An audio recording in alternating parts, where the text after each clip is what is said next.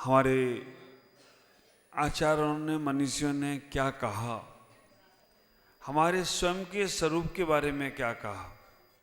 एक बार मंगलाचरण फिर करेंगे। तीन भुवन में सा वीतराग विज्ञानता, शिव स्वरूप शिव का नमो त्रियोग समार की। तीनों योगों को संभाल के नमस्कार करते हुए शिव स्वरूप की बात हमारी चल रही थी। शिव स्वरूप क्या है? कल बहुत सारी बातें मैंने आपके सामने रखी। शिव स्वरूप स्वयं का स्वरूप है, और जो आदमी स्वयं के स्वरूप में रहता है वो ही एक दिन सिद्ध अवस्था को प्राप्त करता है। आचार्य ने इस बात को कहा गया है कि जो स्व समय में रहता है वो स्व स्वरूप में जाता है, और जो पर समय में रहता है वो पर स्वरूप में जाता है। स्व स्वरूप और पर स्वरूप की व्यवस्थाओं को बनाने के लिए हमें स्व समय का और पर समय का ख्याल रखना चाहिए। अभी आपके पास स्व समय चल रहा है या पर समय चल रहा है? हाँ, बहुत सुंदर, सुनीता बहन बोल रही है स्व समय चल रहा है। पुरुषों का स्व समय चल रहा है या पर समय चल रहा है? आप विचार करके रखना, स्व समय चल रहा है और पर समय चल रहा है, इसको शुभ समय और अशुभ समय से मत जोड़ो। समय सार में आचार्य कुंद कुंद स्वामी स्व समय और पर समय के संबंध में बहुत प्यारी बात करते हैं। और वास्तव में जिसका स्व समय चल रहा है ना, वो सिद्ध स्वरूप ही है, और जो पर समय में है ना वो संसार स्वरूप है।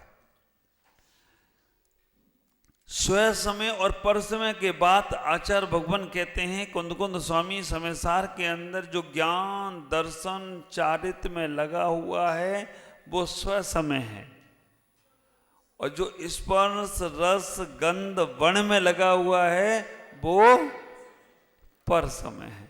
अब बताओ तुम्हारा कौन सा समय चल रहा है?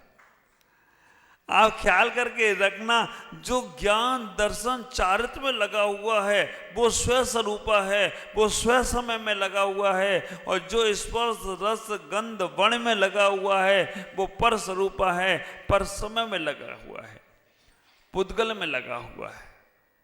और आप विचार करके रखना, स्व समय और पर समय को अपने आप से जोड़ना, स्व समय और पर समय को अपने आप से जोड़ने का प्रयास करना कि अगर तुम्हारा शरीर के प्रति आसक्ति का भाव है, तुम्हारी पुद्गल के प्रति आसक्ति का भाव है, तुम्हारी संसार की क्रियाओं के प्रति आसक्ति का भाव है, तो तुम समझना अपने आप को पर समय में ही चल रहे हो। और जब तुम्हारा अपने ज्ञान दर्शन चारित्र के प्रति भाव होता है तो समझ के रखना तुम स्व समय में चल रहे हो।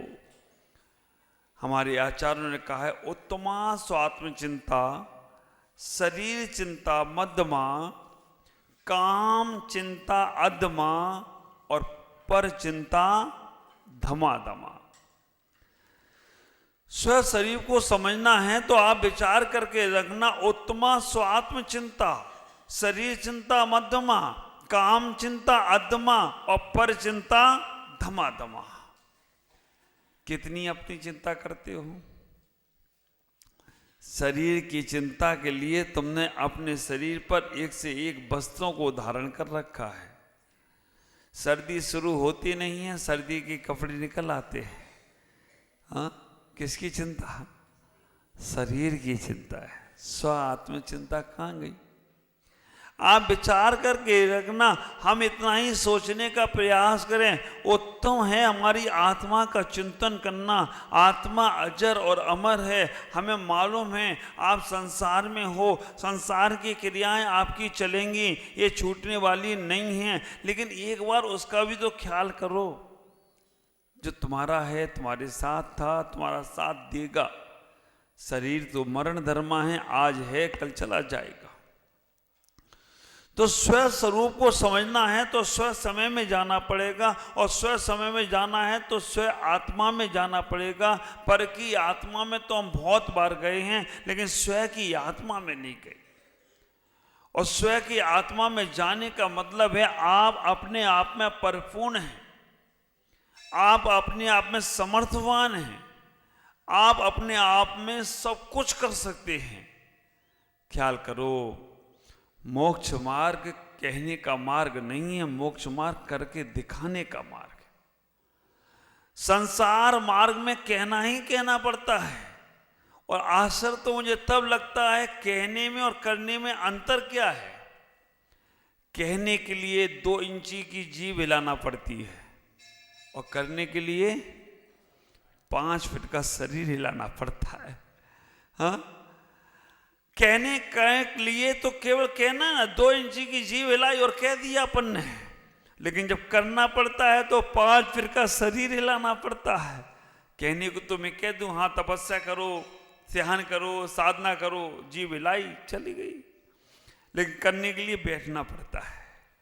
और आश्चर्य की बात है, संसार में अगर पूछा जाए आपसे कि सबसे सरल काम क्या है और सबसे कठिन काम क्या है, बोलो। मैं जब ये प्रश्न पूछता हूं कहीं पर तो लोग बोलते श्वास लेना सबसे सरल है, श्वास बोलना भी सरल है। आप विचार करके रखना, श्वास लेना सबसे सरल बोलते हैं। बाबा श्वास रुक जाए तो ऑक्सीजन लगाना पड़ती है, बिना उसके। अभी कोरोना में देखा ना, सबसे ज्यादा महंगी जो तुम्हें अभी मिल रही है नेचुरल ना, जिसका कोई पैसा नहीं लग रहा, ये सबसे ज्यादा महंगी बिकी श्वास।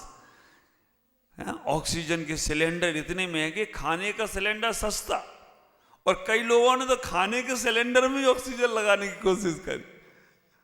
अब वो हाथ धोना थे, शराब वराब मिलना बंद हो गई, उन्हें हाथ धोने के लिए अल्कोहल निकाला तो लोग वही पी गए। उन्हें हाथ साफ रहेंगे, उनको पी जाओ तो पेट साफ रह जाएगा। श्वास बिकी थी कोरोना काल में, सबसे महंगी श्वास थी उस वक्त। तो विचार करना, संसार में सबसे सरल काम क्या और सबसे कठिन काम क्या। दूसरों को सलाह देना सबसे सरल है, दूसरों को सलाह देना सबसे सरल है, और दूसरों की सलाह मानना सबसे कठिन काम है। अब देख लो, घर में, परिवार में, समाज में इतने ज्ञानी लोग मिलते हैं, कई बार मुझे बोलना पड़ता है, मेरे पास ज्ञानचंद है ना, रायचंद, सलाहचंद, ऐसे ऐसे लोग आएंगे, ज्ञान इतना ज्ञान बांटेंगे, इतना ज्ञान बांटेंगे, और उनसे कहा जाए कि थोड़ा कर लो, करना कुछ नहीं। ज्ञान देने तो आ जाएंगे, लेकिन ज्ञान के अनुरूप एक आचरण नहीं करना चाहते। और कई बार तो मुझे आश्चर्य लगता है, मैं कई बार प्रैक्टिकल में जीतता हूं। क्या प्रैक्टिकल में? आप देखना, आप भी सोचना, विचार करना। आपको अगर लोगों को इकट्ठा करना है, फालतू फालतू लोगों को, तो आप विचार करना, अच्छे लोग हैं आप लोग, कि आप लोग ज्ञान के लिए एकत्रित हुए हैं, प्रवचन के लिए एकत्रित हुए हैं, स्वाध्याय के लिए एकत्रित हुए हैं, आपको उसमें रुचि है कि आप सुबह दोपहर शाम स्वाध्याय में बैठते हैं। लेकिन फालतू की भीड़ इकट्ठी करना है, कुछ बांटना शुरू कर दो, फालतू की भीड़ इकट्ठी हो जाएगी। और फालतू की भीड़ खत्म करना है ना, तो कुछ मांगना शुरू कर दो, फालतू की भीड़ खत्म हो जाए। आप विचार करके, फालतू के लोग खत्म होंगे, समझदार लोग कम नहीं होते। आप कितना ही ख्याल करके रखना, तो कई लोग मेरे पास आते, बड़ी बड़ी बातें करते, बहुत बड़ी बड़ी बातें करते, हम ये करेंगे, हम वो करेंगे। एक आदमी था, उसके पास एक संघ था, संघ, उसका नाम था ढपोल संघ। और ढपोल संघ से वो जाके बोलता था कि मुझे एक मकान चाहिए, वो कहता था एक मकान क्यों, दो मांगो ना, दो। वो और खुश हो जाता था। उसने कहा मुझे एक गाड़ी चाहिए, उन्हें एक गाड़ी क्या, दो मांगो ना, दो। वो बहुत खुश हो जाता था। नाम उसका क्या था शंख का, ढपोल शंख। आप विचार करके रखना, नाम ही उसका ढपोल शंख था। जो तुम मांगोगे वो डबल देता था, जो तुम मांगो वो डबल बोलता था। तुम उससे कहो कि मुझे एक सोने का हार चाहिए, होगा एक क्या, दो मांगो ना, दो। लेकिन करता क्या था, देता कुछ नहीं था। बातें तो बड़ी बड़ी करता था लेकिन करता कुछ नहीं था। उसका नाम था ढपोल शंख। अब आप विचार करके रखना, कई बार कई ऐसे लोग मिलते हैं जो ढपोल शंख की तरह होते हैं। वो कहते हैं हम ये करेंगे महाराज, हम वो करेंगे महाराज, हम ऐसा करेंगे महाराज, हम वैसा करेंगे, और करते कुछ नहीं। मैंने पर्यूषण में सुनाया था ना, एक दिन एक आदमी आया, बोला महाराज मैं 10 उपवास करूंगा। मैंने कहा अच्छी बात है। पर्यूषण के नजदीक आते आते बोला महाराज 10 ज्यादा हो जाएंगे, 5 कर लेंगे। मैंने कहा चलो कुछ तो करेगा। पर्यूषण का पहला दिन पंचमी का आया ही नहीं। बोला महाराज सुबह चाय पी ली थी, मैं चाय पी के कर सकता हूं? नहीं, चाय पीने के बाद उपवास होता है क्या? उसने कहा महाराज 4 करूंगा, अष्टमी, 14, 10वीं और एक कर लूंगा बीच में। अष्टमी को आया, महाराज उपवास के नाम से भूख लग रही है। तो मैंने कहा तेरे को दोष लगेंगे, तो महाराज 3 कर लेता हूं, 10वीं का करूंगा, 14 का करूंगा, एक रत्नात्रय की 3 कर लेता हूं। मैंने ठीक है। रत्नात्रय का जब नंबर आया तो बोला महाराज रत्नात्रय का तो करने का मन नहीं है, 14 का उपवास जरूर करूंगा। और 14 के दिन सुबह आया तन के, बोला महाराज उपवास करूंगा तो 10, एक क्या करना, अगले साल करूंगा। आज तक वो विचार ही कर रहा है। तो जो ढपोल संग जो लोग होते हैं ना, वो ऐसा ही करते हैं। आप विचार करके रखना, बड़ी बड़ी बातों से आत्मस्वरूप प्राप्त नहीं होगा। हमें बिल्कुल नेचर में जाना पड़ेगा, प्रकृति में जाना पड़ेगा। हमें इतना ही सोचना है कि हमें स्व स्वरूप को प्राप्त करना है, आत्म स्वरूप को प्राप्त करना है। तो हमें अपने आत्म स्वरूप को स्वीकार नहीं, अभी तो शिव स्वरूप को प्राप्त करना है। जब तक शिव स्वरूप प्राप्त नहीं होगा, स्वीकार आने वाला नहीं। शिव स्वरूप को समझोगे तो स्वीकार तक जाने की जरूरत नहीं, वो स्वीकार तो तुम्हारे पास ही आएगा। शिव स्वरूप को समझना है तो उत्तमा स्वात्म चिंता, स्व समय को समझो। स्व समय ज्ञान दर्शन चारित तप, स्व समय। और आप आश्चर्य करेंगे, ज्ञान दर्शन चारित तप के लिए कोई ग्रंथ पढ़ने की जरूरत नहीं है।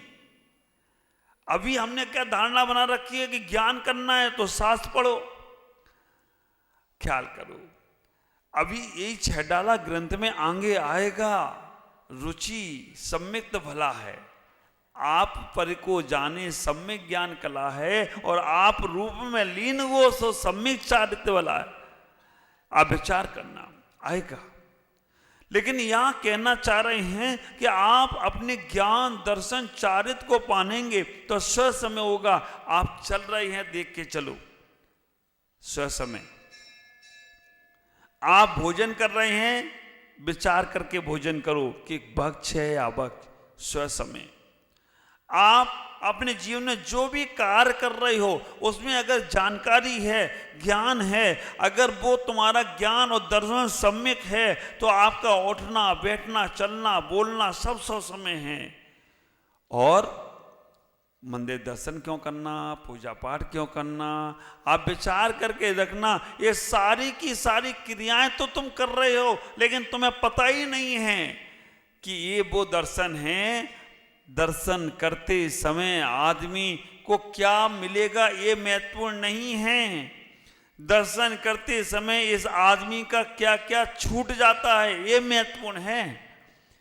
आप विचार करके रखना, बहुत सी बार तुमको ये शिक्षाएं दी गई हैं कि दर्शन करने से भगवान के हमें स्वर्ग मिलता है, मोक्ष मिलता है, आत्म शांति मिलती है, ये मिलता है, वो मिलता है। ये सब लोभ का धर्म है।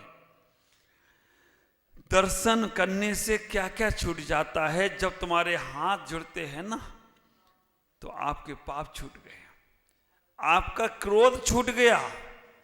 आप कभी गुस्सा करते हो तो हाथ जोड़ के गुस्सा करते हो, बाएं तान के गुस्सा करते हो, है ना महावीर भाई? आप विचार करके रखना, हाथ जोड़कर जैसे ही हाथ जुड़ते हैं तुम्हारी गुस्साएं छूट जाती हैं, क्रोध छूट जाता है, मान छूट जाता है, मन में बेमनस्ता की भावना छूट जाती हैं।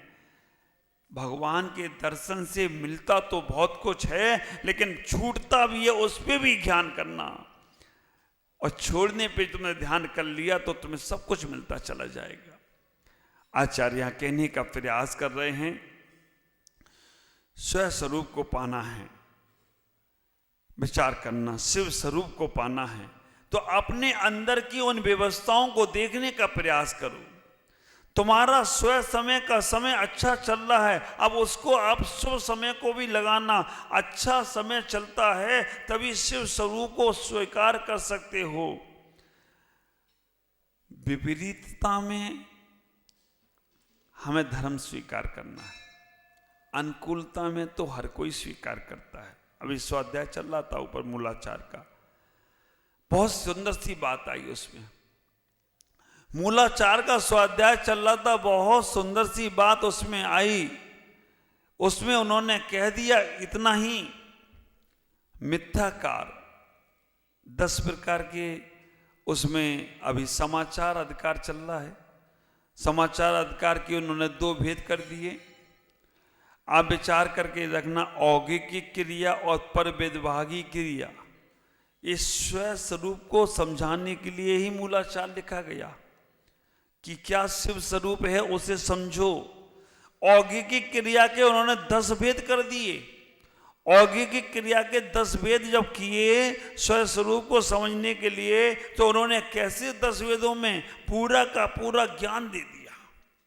आज चर्चा थी मिथ्याकार की, मिथ्याकार की चर्चा थी कि मिथ्याकार क्या समझना, निज स्वरूप को पाने के लिए मिथ्याकार क्या?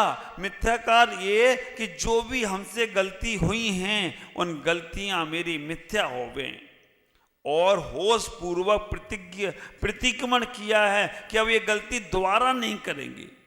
बोलने में और करने में ही नहीं, मन से भी वो निकल गया, तब समझना तुम्हारा मिथ्याकार होता है। मैंने इस विषय को जब समझाया संघ के लोगों को, तो आप आश्चर्य करेंगे ये आचार्य क्यों कहना चाहते हैं। शिव स्वरूप को पाने के लिए उन्होंने कहा कि बेटा तुमने ये गलती की है, अब तुम मन में भी विचार करना कि गलती दोबारा नहीं करना, और नहीं करोगे तो आप ख्याल करके रखना आप हमेशा जिनवाणी के लाल बने रहोगे, जिनवाणी के पुत्र बने रहोगे। जिनागम तुम्हें स्वीकार करता रहेगा और शिव स्वरूप की तुम्हें प्राप्ति होती रहेगी, और तुमने वो बात नहीं मानी। ख्याल करो, घर में बच्चे बहुएं कोई भी लोग होते हैं, अगर माँ बाप की बात और सास ससुर की बात को नहीं मानते हैं तो फिर उन पे विश्वास नहीं आता है, और वो कहते भी हैं कि हाँ ठीक है मैं ऐसा नहीं करूँगा, और फिर भी वो वैसा ही करते हैं। तो विचार करके रखना, फिर उनकी अच्छी क्रिया भी उनके लिए खराब एहसास कराती है। शिव स्वरूप को पाना है तो हमें जिनागम की आज्ञा का पालन करना पड़ेगा, हमें जिनागम को समझना पड़ेगा, हमें जिनागम के अनुसार से चलना पड़ेगा, तब कहीं जाकर शिव स्वरूप की आज्ञा का, शिव स्वरूप को प्राप्त कर सकते हो। और हमने जिनागम को छोड़ दिया तो शिव स्वरूप मिलने वाला नहीं है। आचार्य कह रहे हैं स्व समय की यात्रा पर निकलो, पर समय की यात्रा बहुत करी। उत्तमा स्वात्म चिंता शरीर चिंता मध्यमा। आप शरीर की चिंता इतनी करते हो कि थोड़ा सा भी अगर खाने पीने में अंतराय आ जाए तो शरीर ढह जाता है। हाँ, थोड़ा सा भी आपकी चर्या बदल जाए तो आपको प्रतिकूलताएं आ जाती हैं। आपसे इतना ही कहना चाहूँगा कि स्व स्वरूप को समझना है तो आप अपने जीवन में अपनी शरीर की पराकाष्ठा को अच्छे कामों में लगाओ। और ये समझ के लगाना कि शरीर की क्रिया है, शरीर में ही रहने वाली हैं। हमारी आत्मा की क्रिया में इनका कोई समावेश नहीं है। लेकिन शरीर की क्रियाएं भी अगर पाप रूप होंगी, शरीर की क्रियाएं भी अगर विपरीत होंगी, तो वह आत्मा को जकड़ के रखेगी, आत्मा को स्वतंत्र नहीं होने देगी। शरीर माध्यम खलु धर्म साधनम, शरीर को केवल धर्म का साधन बनाओ, शरीर को भोगों का साधन मत बनाना।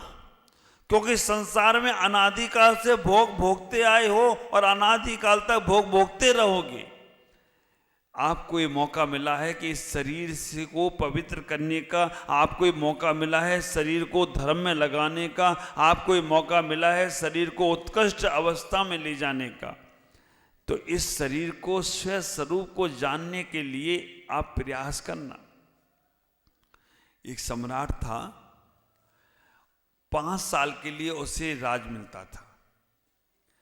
एक सम्राट था, उसे 5 साल के लिए राज मिलता था। 5 साल बाद उसका राज दूसरे को दे दिया जाता था। हर सम्राट आता था, 5 साल तक खूब राज करता था।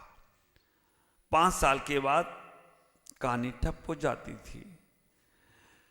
लेकिन एक सम्राट ऐसा भी आया, उसने 5 साल तक कुछ नहीं किया, आराम, बिल्कुल जो भी करना था मस्त रहा, आराम में रहा। जब 5 साल के बाद उसे हटाया गया, उसके बाद जो उसके जीवन में घटा, सारे राजाओं ने सोचा कि ऐसा मेरे साथ क्यों नहीं हुआ। हुआ क्या उसके साथ? 5 साल जो राजा को राज मिलता था, वो राज करने में सारा का सारा धन, सारा का सारा शरीर का परिश्रम व्यय कर देता था बाह्य की वस्तुओं में। और उसने वो 5 साल बाह्य वस्तुओं में कोई समय व्यय नहीं किया। 5 साल तक उसने सारी की सारी व्यवस्था अपने लिए करना प्रारंभ कर दिया। अपने लिए एक नया महल बनवाया, अपने लिए एक नया नगर बनवाया, अपने लिए नया एक सेना बनाई, अपने लिए उसने सब कुछ किया। 5 साल बाद वो राज छुड़वाया गया। लेकिन जब वो अपने राज में गया तो वहां का शाश्वत राजा हो गया हो तो कोई आश्चर्य की बात नहीं है। यही बात मैं आपसे कहना चाहता हूं। 5 साल बाद वो राज तो उसके ले लिया गया, क्योंकि उसकी मर्यादा 5 साल की थी। 5 साल के बाद तुम्हारा कितना भी पावर हो, लेकिन तुम्हें राज नहीं दिया जाएगा। लेकिन उस 5 साल में उसने अपना एक नया राज स्थापित कर लिया। 5 साल में उसने अपनी नई सेना बना ली। 5 साल में उसने अपना नया वैभव तैयार कर लिया। तो यही बात तो आचार्य कहने चाह रहे हैं। तुम्हें 70 साल के लिए, 80 साल के लिए, 90 साल के लिए, 50 साल के लिए ये राज मिला है। अब ये राज्य में तुम चाहो तो खूब सांसों का अपव्यय करो, धन का अपव्यय करो और सब कुछ करने का प्रयास करो। उसके बाद जब ये श्वासें पूरी हो जाएंगी ना, तब खूब कहना कि एक श्वास और दे दो, बस अब मैं एक बार अपने बेटे को और देख लूं, एक बार एक श्वास मेरी और दे दो कि मैं एक काम और कर लूं। नहीं, अब कोटा खत्म, चलो बेटा वापिस। किसको तकलीफ होगी? जिसने अपना राज नहीं बनाया होगा। और जिसने अपना राज बना लिया है ना, वो कहेगा तुम सब कर लेते हो तो आज ले लो, मेरा राज तो तैयार है। और आप विचार करके रखना, अगर आपने पुण्य रूपी राज तैयार कर रखा है, अपने सम्यक रूपी राज तैयार कर रखा है, अपनी अच्छी भावनाओं का राज तैयार कर रखा है, शिव स्वरूप में जाने की व्यवस्था बना रखी है, तो संसार स्वरूप में तुम्हें कभी भी बुलावा आ जाए तुम डरोगे नहीं। और अगर शिव स्वरूप में जाने की व्यवस्था नहीं है तो आपको डर लगेगा। हे भोले प्राणी, हे इंसान, हे मानव, आपको केवल ये राज जो दिया गया है अपने उस राज की व्यवस्था बनाने के लिए दिया गया है। हम अपनी इन सांसों को केवल संसार में अपव्यय ना करें, अपने पुण्य को संसार में ना खर्च करें। ख्याल करके रखना, बिना पुण्य के तुम्हें संसार में कुछ भी नहीं मिलता है। पुण्य से तुम्हें मंदिर आने का सौभाग्य मिल रहा है, पुण्य से तुम्हें संसार की हर क्रिया करने को मिल रही है। ख्याल करना, पुण्य से अच्छा परिवार मिलता है, पुण्य से हमें अच्छा शरीर मिलता है, पुण्य से हमें अच्छे बच्चे मिलते हैं, अच्छा धर्म मिलता है, अच्छे गुरु मिलते हैं और गुरुओं को अच्छे भक्त मिलते हैं। दीमापुर वालों का पुण्य डबल तैयार है। और आप विचार करके रखना, दीमापुर वालों के साथ मेरा भी पुण्य ज्यादा है, क्योंकि दीमापुर वालों को हम जैसे महाराज मिल गए और हम जैसों को दीमापुर की समाज मिल गई है, तो दोनों के पुण्य बढ़ रहे हो तो कोई आश्चर्य की बात नहीं है। मुझे आपको सदुपदेश देने का सौभाग्य मिलता है, क्योंकि इससे हमारा भी पुण्य बढ़ता है, और आपको सुनने का सौभाग्य मिल रहा है, इससे आपका भी पुण्य बढ़ रहा है। कैसा व्यापार है, देने वाले का भी फायदा और लेने वाले का भी फायदा। ख्याल करना, पुण्य से सब कुछ मिलता है। अब आप विचार करके रखना, जो चोर चोरी करने जा रहा है उसे तिजोरी का ताला खुला मिले, ये उसके पुण्य का उदय है या पाप का उदय है? शराब पीने वाले को शराब मिल जाए, ये उसके पुण्य का उदय या पाप का उदय है? उसके तो पुण्य का ही उदय है। जिसको शराब पीना है उसके पूरी पुण्य के उदय, तभी उसे शराब मिल रही है। चोरी करने वाले को तिजोरी खुली मिल रही है, चोरी वाले का भी पुण्य का उदय है। लेकिन ये पुण्य रूपी पाप, पुण्यानुबंधी पाप का बंद कर रहा है। 4 प्रकार के पुण्य की व्यवस्था बताई ना आगम में, समझना। पुण्यानुबंधी पुण्य, पुण्यानुबंधी पाप, पापानुबंधी पुण्य, पापानुबंधी पाप। ये चारों को अगर आपने समझ लिया तो आप यहां रहो या घर में, आप संतों के भगवंतों के पास में रहो या परिवार के पास में रहो, आपको हमेशा पुण्य पुण्य समझ में आ जाए। पुण्यानुबंधी पुण्य, जो तुम्हें अच्छा सामान, जो भी तुम्हें मिल रहा, अच्छा हो या बुरा हो, सब तुम्हारे पुण्य से मिलेगा।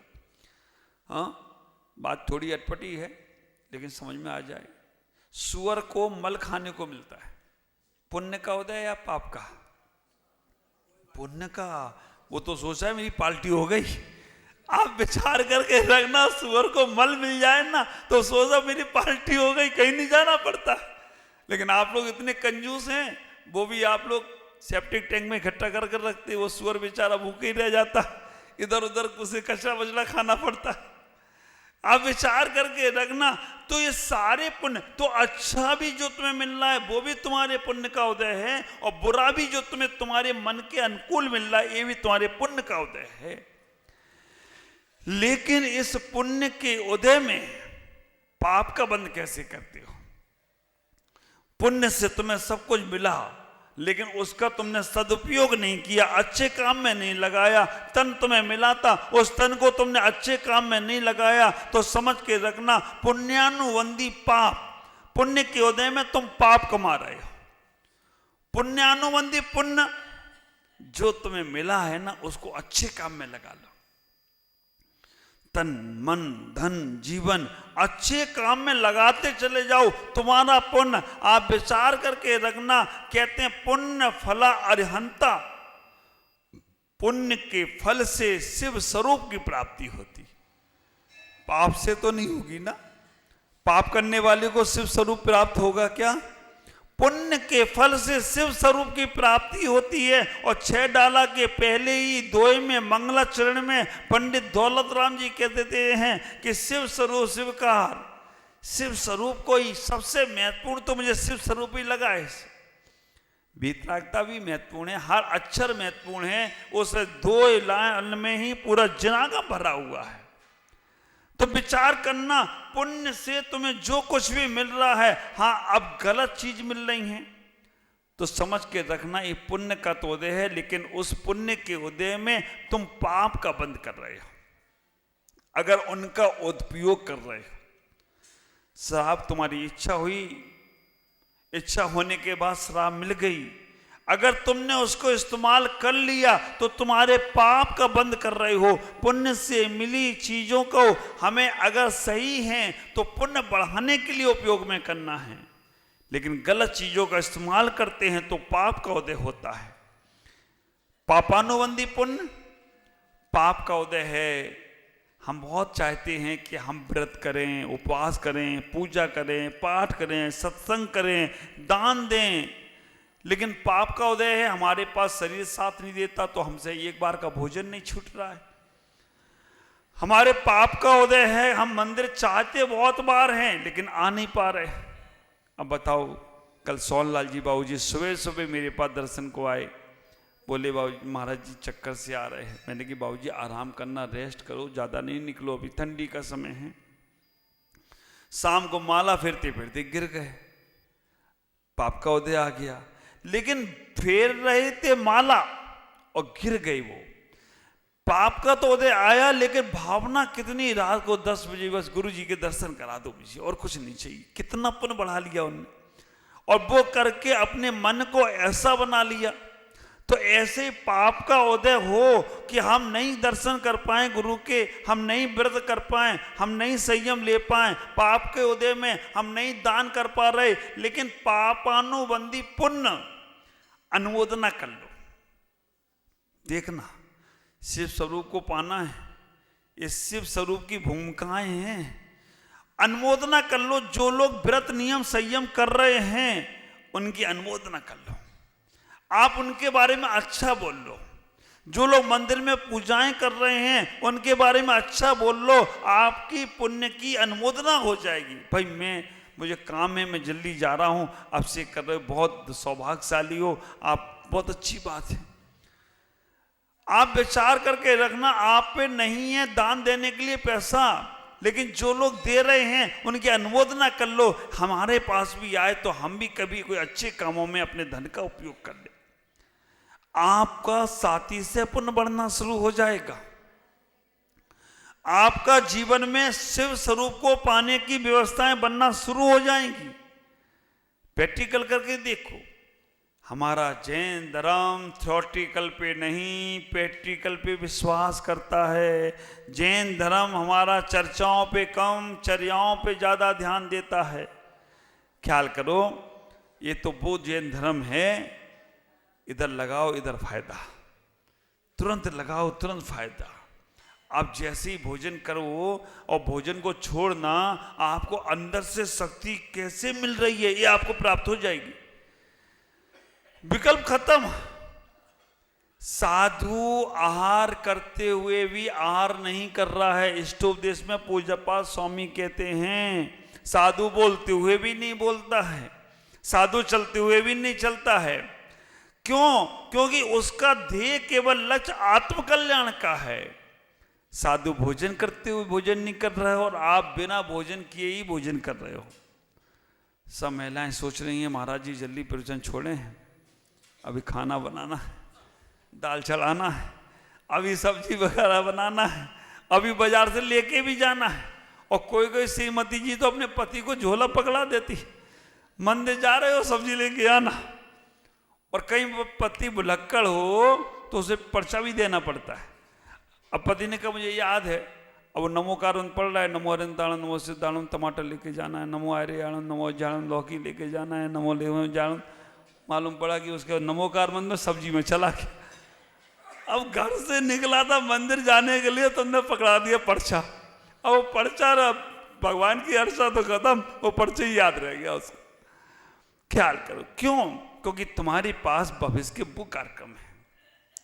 और शिव स्वरूप को पाना है तो अपने को इतना ही विचार करना है, हे भगवान मैं आ गया हूं अब मंदिर में, अब परमात्मा के पास आ गया हूं तो मेरा पुण्य और बढ़ता चला जाए। पापानुबंधी पुण्य नहीं आ पाओ तो अनुमोदना करना। पापानुबंधी पाप क्या है? पापानुबंधी पाप उसे कहते हैं कि हमारे पाप का उदय है, हम ना व्रत कर पा रहे हैं, ना नियम ले पा रहे हैं, ना संयम ले पा रहे हैं, और जो ले रहा है उसकी अनुमोदना भी नहीं कर रहे, निंदा कर रहे। हाँ, फोटो छप जाएगी इसके लिए उपास कर रहा है, बाद में लोग इसकी तारीफ करेंगे इसके लिए उपास कर रहा है। हाँ, पता नहीं माला पहनने के लिए उपास कर रहा है। आप विचार करके रखना, ये 4 पूजा दूसरों को दिखाने के लिए कर रहा है कि हाँ हाँ ये कहेंगे बड़ा धर्मात्मा है, आधा घंटा मंदिर में दिया, 1 घंटा पूजा करता, इतना अच्छा है। ये दिखावे की पूजा चल रही है। ये तुम कर तो नहीं पा रहे हो, लेकिन करने वाले की अनुमोदना भी नहीं कर पा रहे हो। जैन धर्म तुरंत पकड़ेगा पापानुबंधी पुण्य, पापानुबंधी पाप, पाप के उदय में ही पाप कमा रहे हो। कुछ तुम दान धर्म नहीं कर पा रहे हो, लेकिन जो कर रहे, मुझे तो कई बार यह आश्चर्य लगता है, ऐसा नहीं है। वैसे तो दीमापुर का नाम अपने आप में सर्वोपरि रहा है।